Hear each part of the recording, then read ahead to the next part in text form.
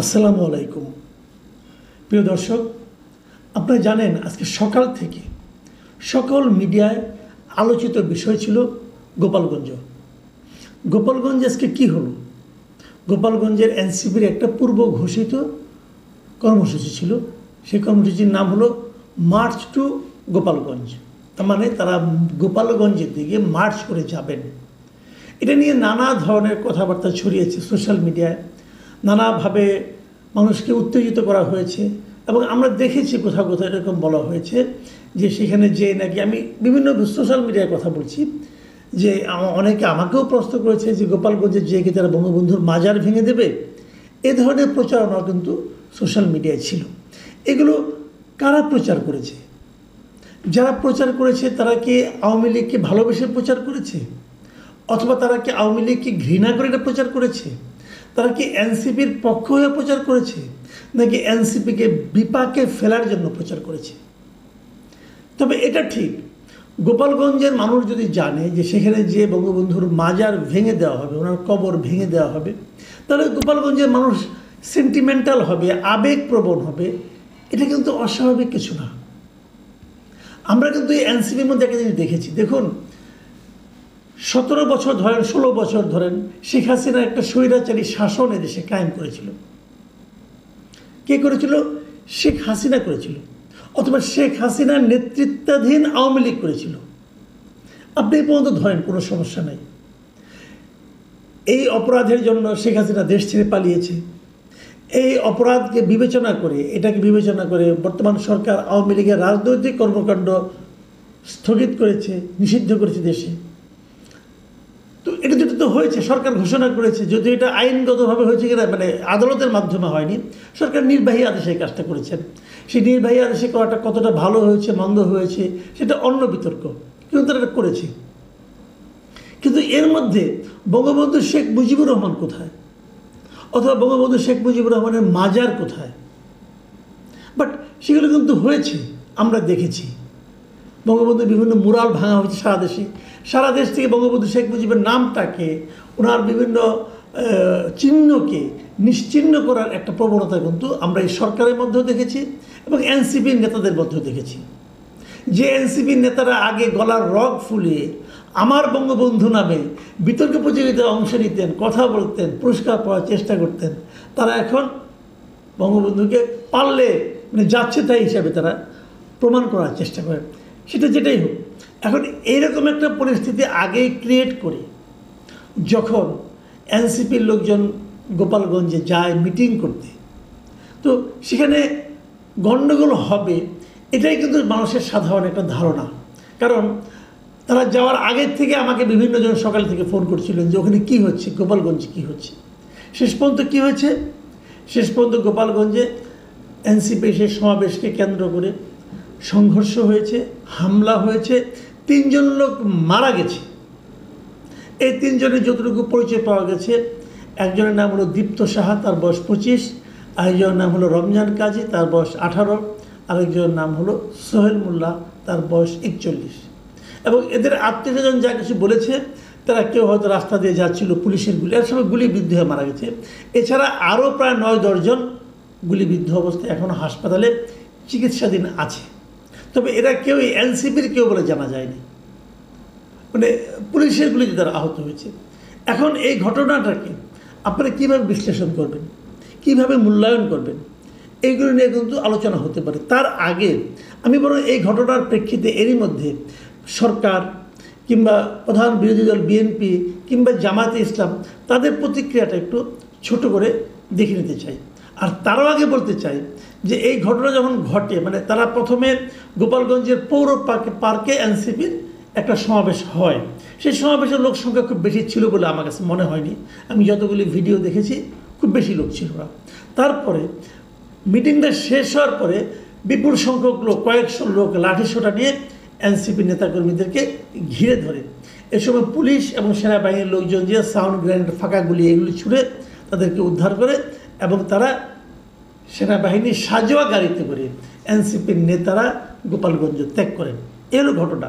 এর মধ্যে পুলিশের সঙ্গে ভূমিকা, পুলিশের সঙ্গে গোলাগুলি, পুলিশ অথবা সেনাবাহিনী, তাহলে এই লোকগুলি গুলিবিদ্ধ হয়ে মরল কেন?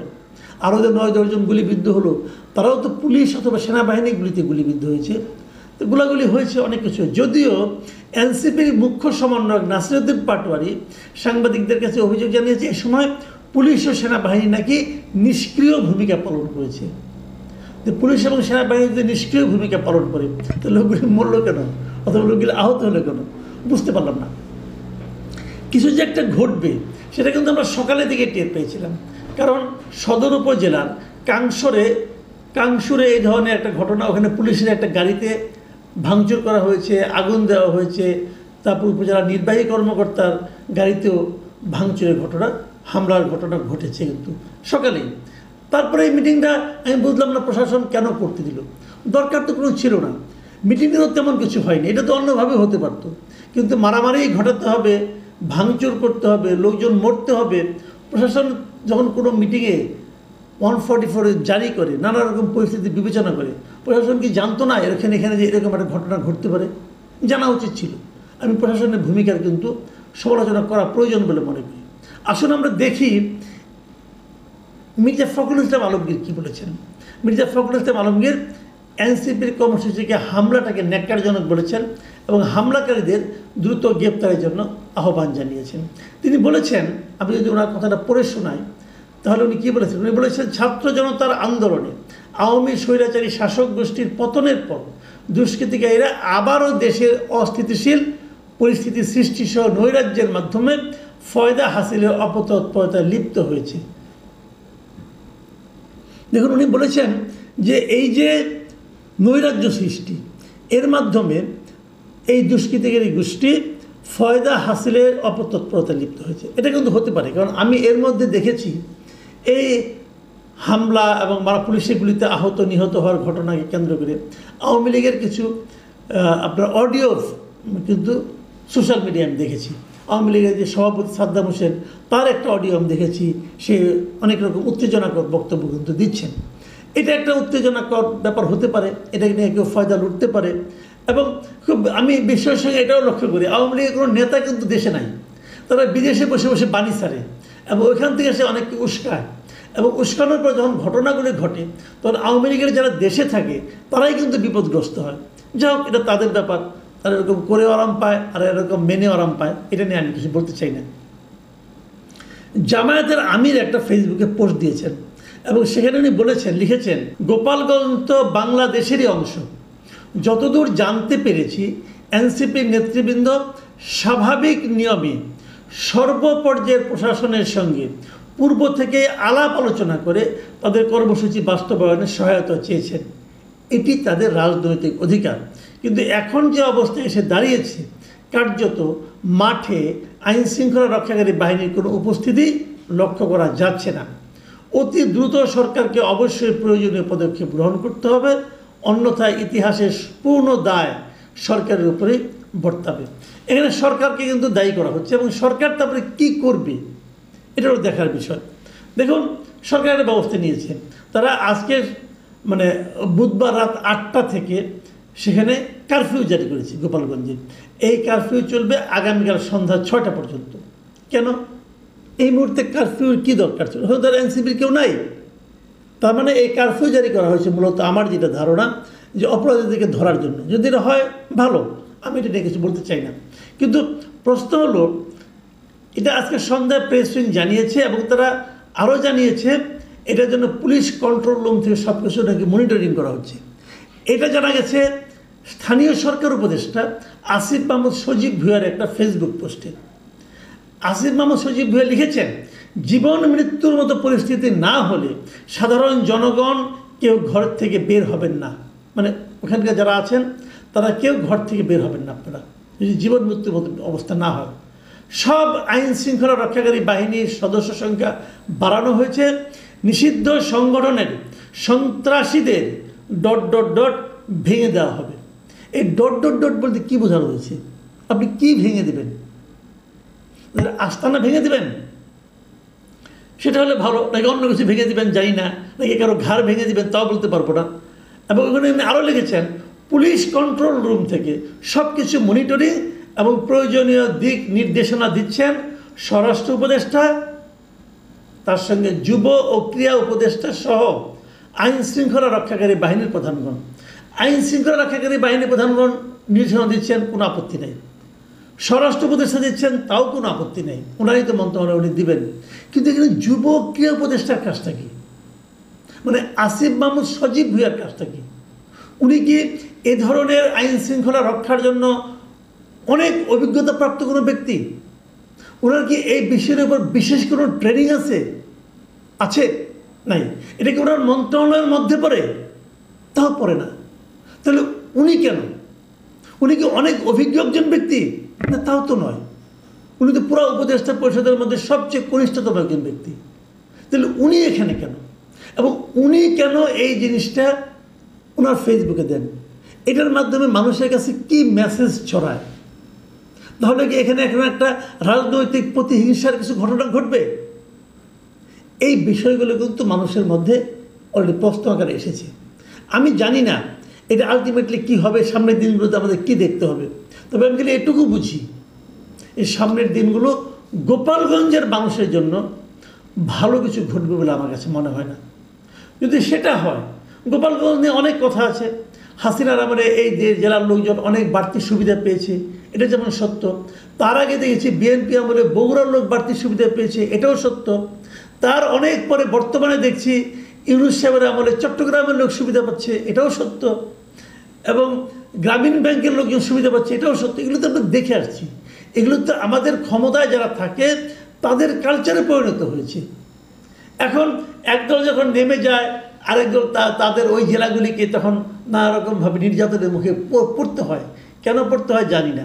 এখন গোপালগঞ্জে যেন সেই সময়টা চলে এসেছে কিনা আমি সেটাও বলতে পারবো না। আমি খালি একটা কথা বলবো, আজকে ছিল 16ই জুলাই।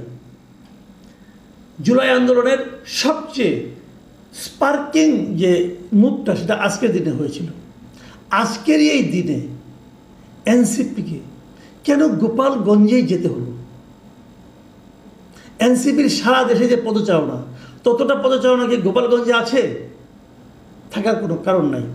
এনসিপি সারাদিন যেভাবে বঙ্গবন্ধুর নামে উল্টাপাল্টা কথাবার্তা বলেন, সেটা শোনার পর ওনারা কি আশা করেছিলেন যে গোপালগঞ্জের লোক তাদের ফুলের মালা নিয়ে তাদেরকে বরণ করবে? তাহলে গোপালগঞ্জেই কেন? তাহলে কি এই যে গণ্ডগোলটা হবে, এই গণ্ডগোলটাকে মানে ইনিশিয়েট করার জন্য কোনো মতলব কারো ছিল? অথবা প্রশাসনই বা কেন এই ব্যাপারে পর্যাপ্ত নিরাপত্তার ব্যবস্থা করতে পারল না? এটাও কিন্তু প্রশ্ন আকারে আমার ধারণা আসবে।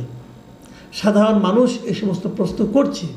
আপনি হয়তো বলবেন সাধারণ মানুষের প্রশ্নের উত্তর দেওয়া দরকার কি? দেব না, আপনি দেবেন না, কিন্তু মানুষের মনে প্রশ্নগুলি কিন্তু বিদ্যুৎ বেগে ছড়িয়ে যাবে।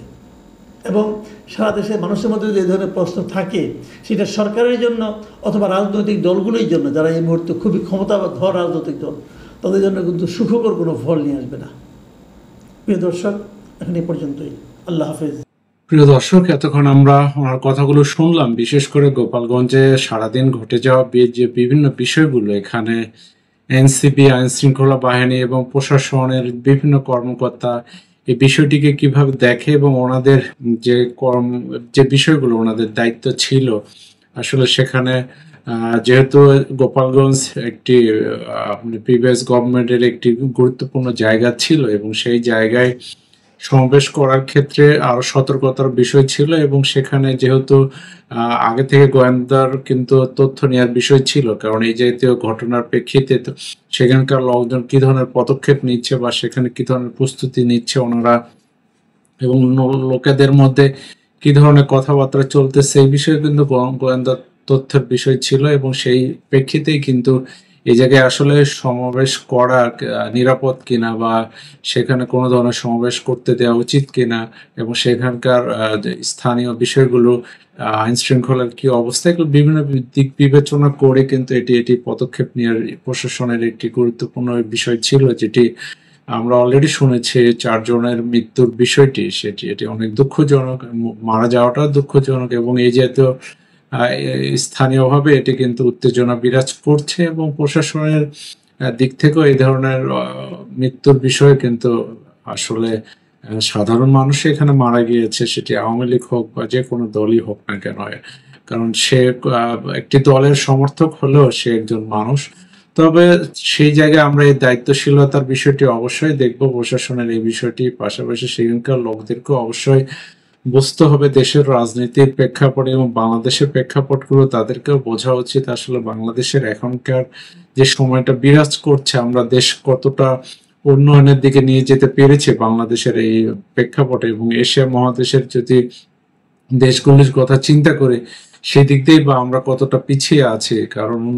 কারণ যারা এই সমাজের বসবাস করে একটু ভালো অবস্থানে, যারা অবশ্যই তাদের সন্তানরা বিদেশে বসবাস করতেছে, সেই জায়গায় আপনি আমি যারা আমরা মধ্যবিত্তর মধ্যে বসবাস করছি, তাদের এই অবস্থার দিক থেকে অবশ্যই তাদেরও চিন্তা করা উচিত আসলে আমরা কার জন্য করছি এবং কোন রাজনৈতিক দলগুলো করছে, বা তাদের বা স্বার্থর বিষয়গুলো কি কি, এবং যারা মারা যাচ্ছে তাদের বা আপনার ফ্যামিলি বা এই বিষয়গুলো কিন্তু দেখার বিষয় ছিল। এবং এখানে আরো প্রশাসনিকভাবে আরো কঠোর বিষয়গুলো আমরা দেখব, এবং এই জাতীয় পদক্ষেপের ক্ষেত্রে আসলে সমাবেশ করার ক্ষেত্রে কতটা উপযোগী স্থান ছিল, এটি কিন্তু অবশ্যই একটি গুরুত্বপূর্ণ বিষয়। এবং যার যার দায়িত্বশীলতার অবস্থা থেকে দায়িত্বশীল ভূমিকা পালন করার বিষয়ে আমরা অবশ্যই তাদেরকে আশা করব তাদের কাছে।